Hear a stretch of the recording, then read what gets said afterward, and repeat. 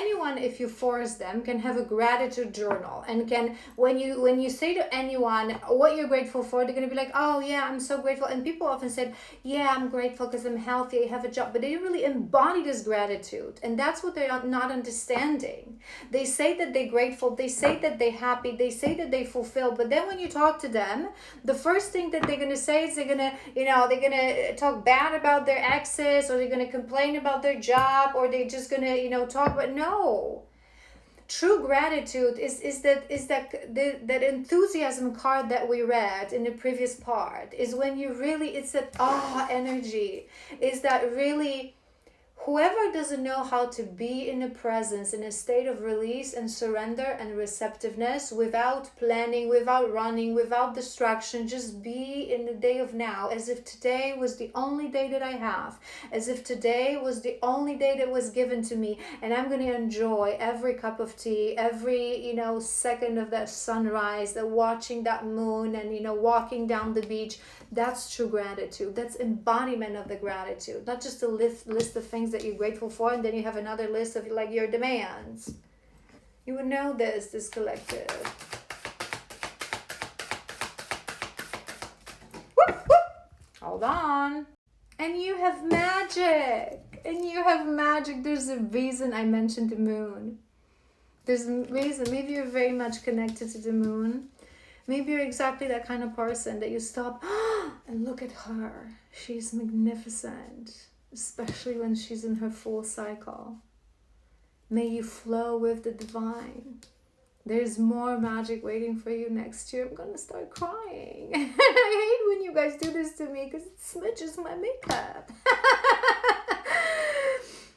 You're the kind of person. You love life. And not because you were born this way. It's because you decided to courageously embark on a journey of walking through pain and your shadows. People think these things are given. That we're like this because we have it all. It's bollocks. It's BS.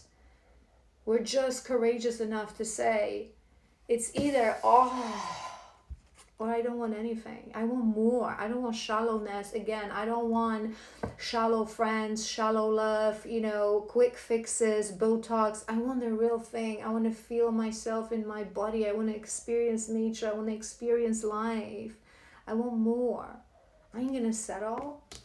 It's hard work. It's a painful journey. Especially for those of us who are meant to be true divine feminists that will live a life of service and spiritual teachers. They have to put us through all so we truly build compassion and humility. Gratitude is not something that you have because you have gratitude journal. It's something that you embody every day because you wake up with a smile on your face. Depth, yes. Didn't we say it already? You went deeper and you're going to go even deeper. May you immerse and go deeper. And we have allow. May you soften into what is such a beautiful energy. I feel like this energy that you already embody, right? Little secret, you don't have to know it all. I feel this energy that you already embody, it will go deeper. It will expand. It will hit differently to literally every cell of your body. Every frequency element of your soul, every corner of your soul. I don't know why I just said that. I never say it. Maybe it's something you said. Maybe you write poetry. It came to my mind, or maybe it's a detail for some of you. Hold on. We're having some incense here, and we cannot have that. I keep looking at that moon, and I can't take my eyes off that moon.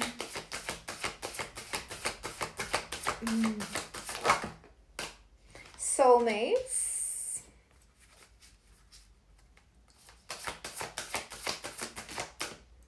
Inner peace. Inner peace. Hold on. Inner peace. You are enough.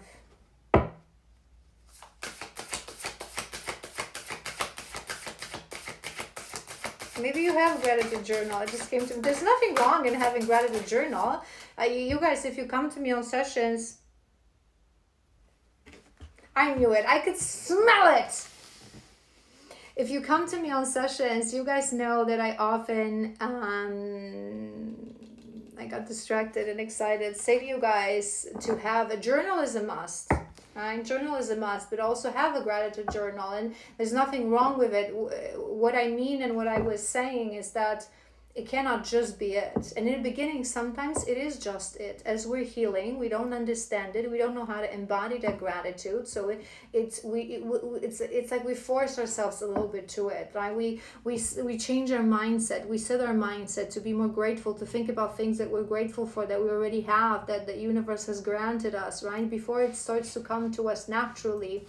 So there's nothing wrong with it. If you have it and if you love it, continue to have it. It's a beautiful... the garden, yes. Yes. Yes. All right. All right. You know how I always say on this journey to my true divine feminist on a journey. There are various stages of this journey. You can learn all about it if you still have the need, or surely this collective, you probably already know it, in my Divine Feminine Masterclass, available free on YouTube. But overall, these stages, when we talk about our own growth, we can divide them into going up the bridge, going down the bridge, and then building our garden, and then the fourth, it's starting to live in our garden. You went up the bridge because you courageously forced your shadows. You detached from the physical aspect of the journey, from the physical wanting, entitlement, right? And then we go down the bridge. This is where we go deeper. This is where we already know what this journey is about. This is where we connect to our path, to our purpose, to our femininity, right? And then we land in our garden, and we start to build I feel this is where you are, and this is where you continue to be. There's still certain things that you need to build in your garden, and that moment that you will spend, this paradise garden that you've built yourself energetically, right, in this lifetime. And once that garden is built, you're just going to live in it. You're going to groom it. It's going to expand. You're going to have to take care of it, right? In that sense, the journey never ends. We continuously expand. But this is it. This is it. The it where you are the prize, it's near. Maybe there are certain things and tweaks next year that will need to happen. But I'm hearing that by the end of the next year for this collective, you will be living in your garden. Your journey of healing would have been ended. You'll be connected to your path. You'll be living your purpose. You'll be living on your abundant timeline. In your inner peace, surrounded by your true 808 on a timer, surrounded by your true soul family. People who think the way you think, people who accept you for who you are. In your inner peace, at peace with yourself, with life, with the mysteries of life, and are we seeing him? Your divine masculine. Let's dive deeper. When I was hearing it for this collective, I wouldn't be surprised if we're seeing 12-12 everywhere.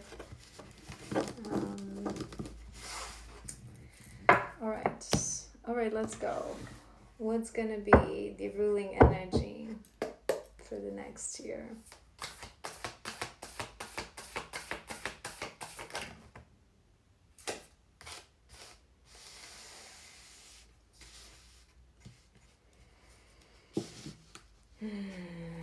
One more.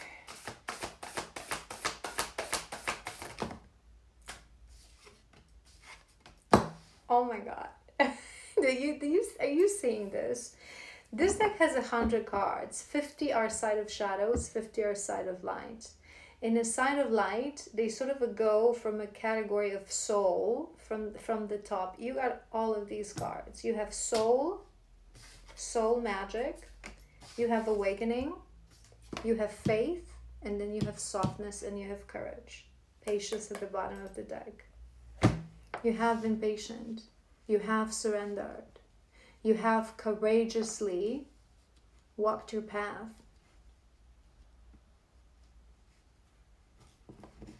You will truly stand in a place of your soul and your light and your greatness next year. I'm going to keep these two sort of together because I want to have 4. I feel there may be some challenges, because I'm looking at this courage, right? But I feel like right now you are in your divine feminine. There's nothing that you couldn't conquer. You are courageous. You're a lion. You're a king of the jungle. And to that you have softness. It's the lion card in tarot, right? It's the strength card in tarot, which is the lion, but with compassion. It's a true leader. It's a true strength. Strength deprived of compassion is no strength. It's ruthlessness. It's aggression. You will really anchor yourself in your faith, in the energy of your soul, in the truth of existence. And you will proceed with softness. Maybe there are certain things that still need to soften within you. I want to read through that courage card, and we're going to move on. Courage is not a virtue of those who don't know fear. On the contrary, the more fearful you are, the more courage it requires to take action.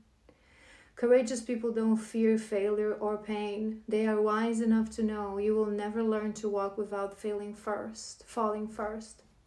When we are courageous, we treasure our dreams more than our doubts.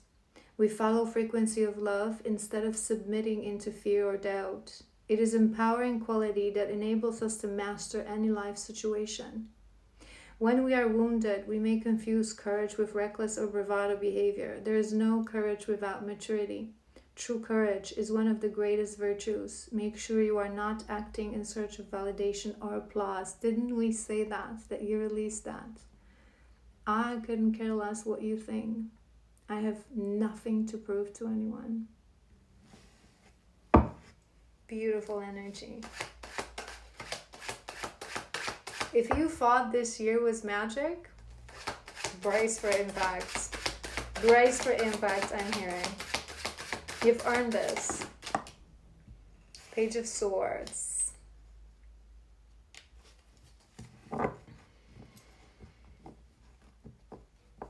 He carries the energy of courage as well. He carries the energy of curiosity as well. He carries the energy of truth as well. Learning as well. I'm hearing, you know what I'm hearing? Perhaps this year, 2025, was a bit of a preparation. I am hearing that there's something big for this collective. So whether that's in huge expansion, because you've been so patient in waiting for things in the physical, and you've released, you need nothing, you are everything, right? This is the moment when the magic truly starts to happen.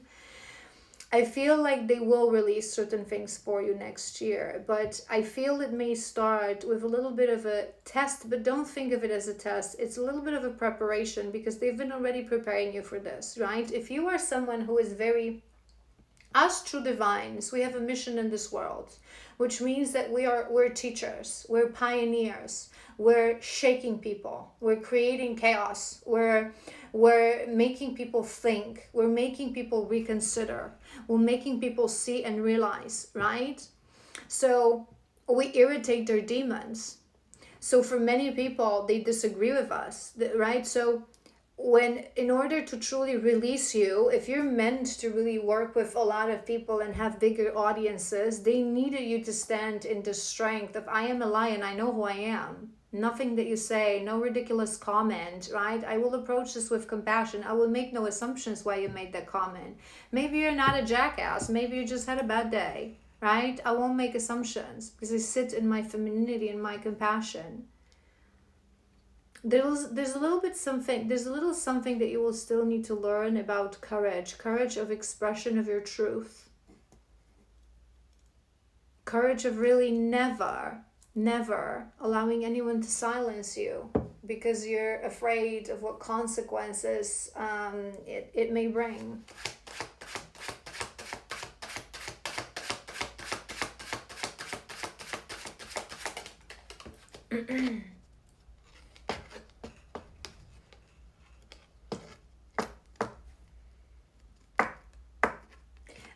wait for other cards. I feel like this collective, you know what? I feel like you wouldn't be.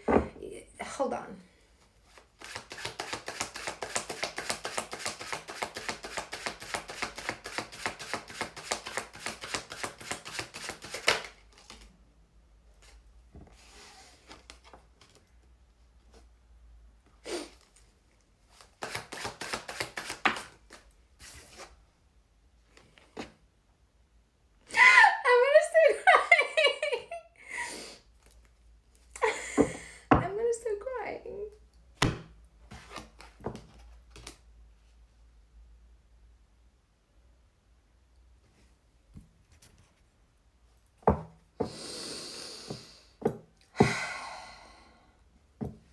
Yeah, it's coming. You've made it. I feel like you wouldn't. It's not like you wouldn't care, right? True divine feminine, when we're ready for union, I always explain this to you guys. It's not like we don't care, right? We always care. I got emotional for you because I don't think you can even. It's like they showed me a couple of visions. Like, you cannot even imagine what this year will bring. What was I saying? It's not like we don't want it. It's just we fully surrender to it. We have faith that it's going to happen. We stand in our place of light and soul, which means that we're always deeply connected to our masculine. And we have the courage to, it doesn't matter. It's going to be a year or 2 or 5 or 10, or it doesn't matter. It's divine timing. I know that they're going to bring this to me exactly when it's ripe, exactly in the right time. You have 4 of Wands.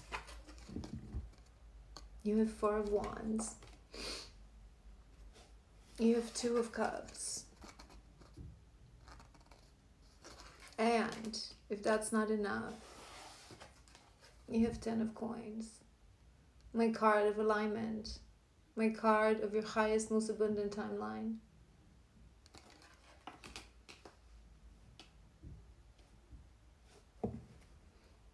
And you have Knight of Swords at the bottom of the deck. He's coming for you. I'm just hearing. I'm thinking about the last reading we did for this collective. I kind of don't want it to influence my mind, but I already know what collective I'm connecting to, and I feel he's coming. I feel there's gonna be some sort of a recalibration that will have to happen. You're gonna work together, heart to heart, keeping the faith, keeping the softness for you, the softness of the feminine, keeping the courage. But it's coming because you've been patient, because you've surrendered, because I don't think you would even dare to ask for it, you know? And it doesn't mean that you don't want it. It just means that you know it's yours.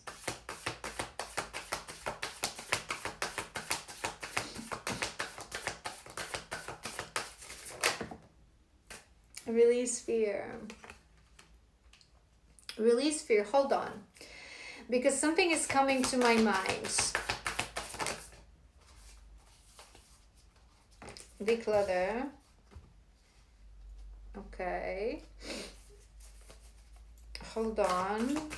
Hold on. We can make a food. Yes, I have a song for every statement that I say.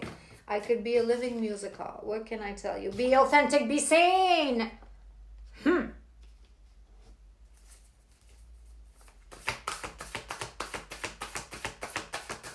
One more.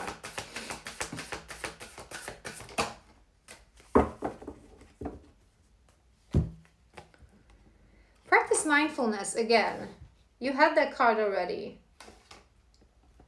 You had that card already. And it's beautiful because you have soul with awakening, on top of that highest most aligned timeline, and on top of that you have that mindfulness. You're really you're really going to be in the moment of now, in the moment of your soul, in the moment, in the place of your consciousness, right? Fully released ego.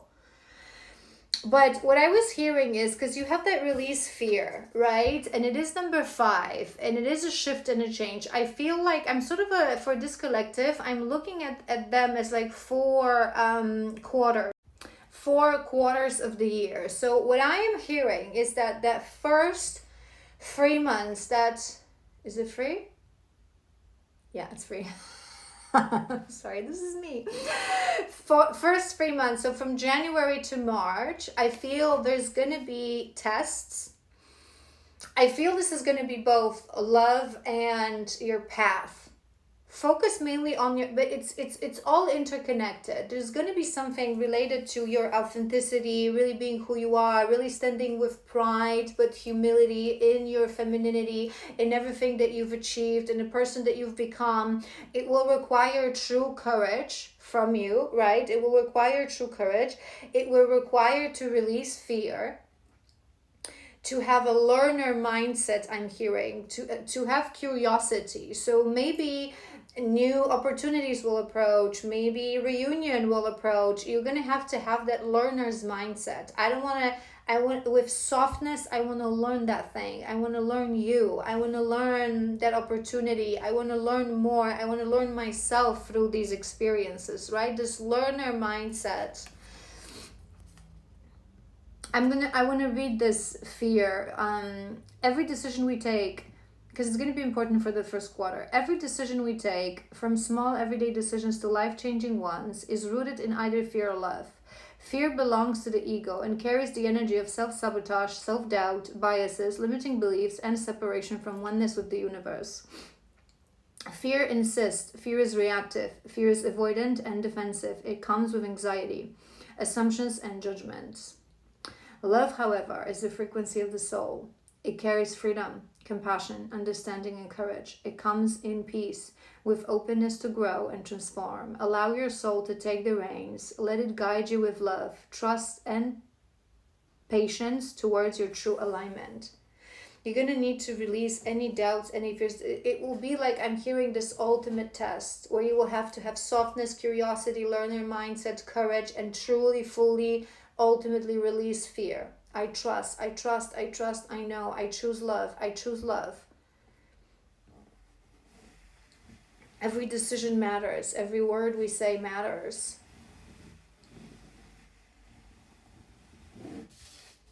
Caption that. If you don't have my deck, is it focusing? Yeah, it should be. Or you can just rewind as I read that and put it in your gratitude journal. You have declutter as well, so maybe you will be next year. We go on a. You know what I'm hearing a couple of things with this. One is that we periodically have to declutter. It never stops. Because we change. We change with 303. We change, we grow, and we evolve. 2:00. I looked at this as well. It's important. Maybe something will happen right at 2:00 in point. 1400. We constantly, periodically have to declutter because we grow, we expand. So certain things in our energy, be it items, books, people, routines, things we do, elements of our lifestyles, they need to be decluttered. So you may have that spring cleaning, because it's going to be in April, May, June, right? So you're going to have that need for that spring cleaning in your life and your energy. Maybe you'll have a need and you'll be guided to do like an energy cleanse. Either it's something that you can do for yourself, or you do these things, or you will want to be held by an energy worker, or a Reiki master, or a shamanic healer, whatever resonates with you. But what I was hearing as well, that I am hearing for this collective, that I feel they're correcting me. Okay. You may still walk.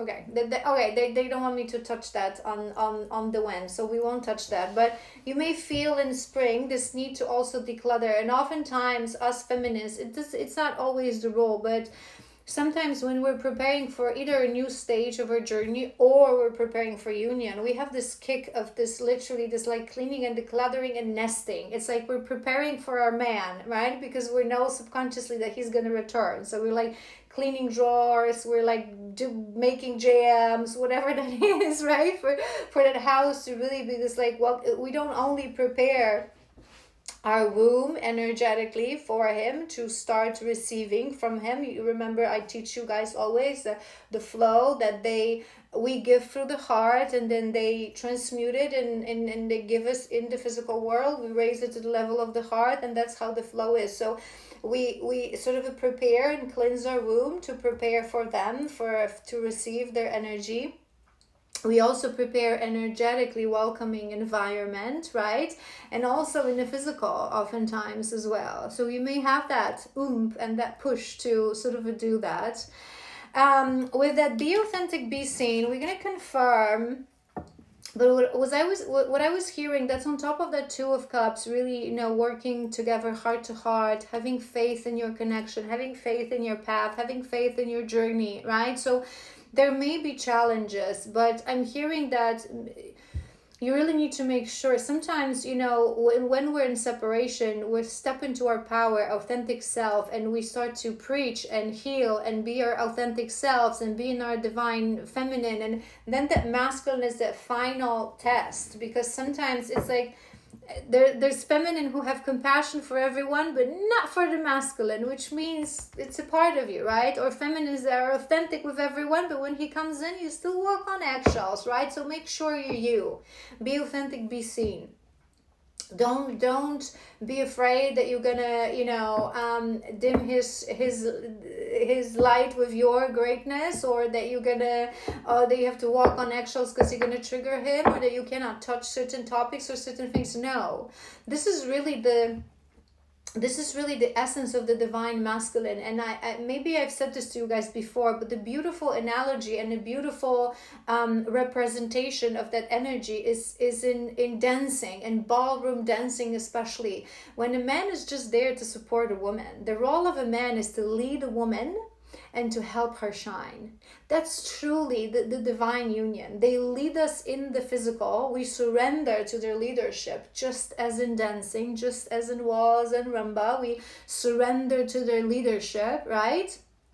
But in the same time, when you look at two people dancing, who's looking at the man? Nobody's looking at the man. They look at the feminine, the divinity, the glow, the light, right? So if a man is jealous of you, he's not a true divine masculine. A man is supposed to be literally that reflector that makes his feminine glow more. The one that introduces you with pride. The one that likes to show you off. The one that loves. Like, this is why the insecure man will always tell you rubbish, like your skirt is too short, or maybe you're trying too hard, right? A real man embraces who you are, embraces your light. A real man is never jealous of his woman. If she gets attention, if she gets compliments, right? Again, it's that dancing, ballroom dancing sort of energy. He is that container for our chaos and for our light, right? For our path. So he really leads in the physical, where that light is supposed to go, and how we should direct our movement. But it is us, the swan beauty of the feminine, right? So don't be afraid to be you. It is his problem to handle it. In true divine union, when he's ready, when he's in his divine masculine, he will have zero issues with that. It will be his greatest honor to help you shine.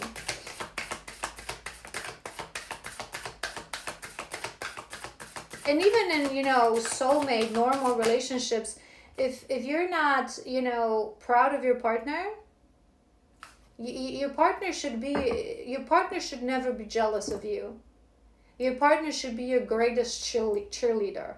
The one that shares your successes first, even before you do. The one that celebrates your successes. The one that always talks about how amazing you are and how successful you are and the things that you do. You should be there for each other. The jealousy and the insecurity is fear-based mentality, is ego-based mentality. And we have the gazelle. She's grace, but she's beauty and she's grace. She's Miss United States. came to my mind, but it's exactly that energy. You learned that by being who you are, even if you are eclectic and expressive and loud, it doesn't mean that you're not beautiful and graceful and feminine. Because femininity is not that. Femininity is your fierceness, is your freedom, is your receptiveness, is your softness. I feel like you will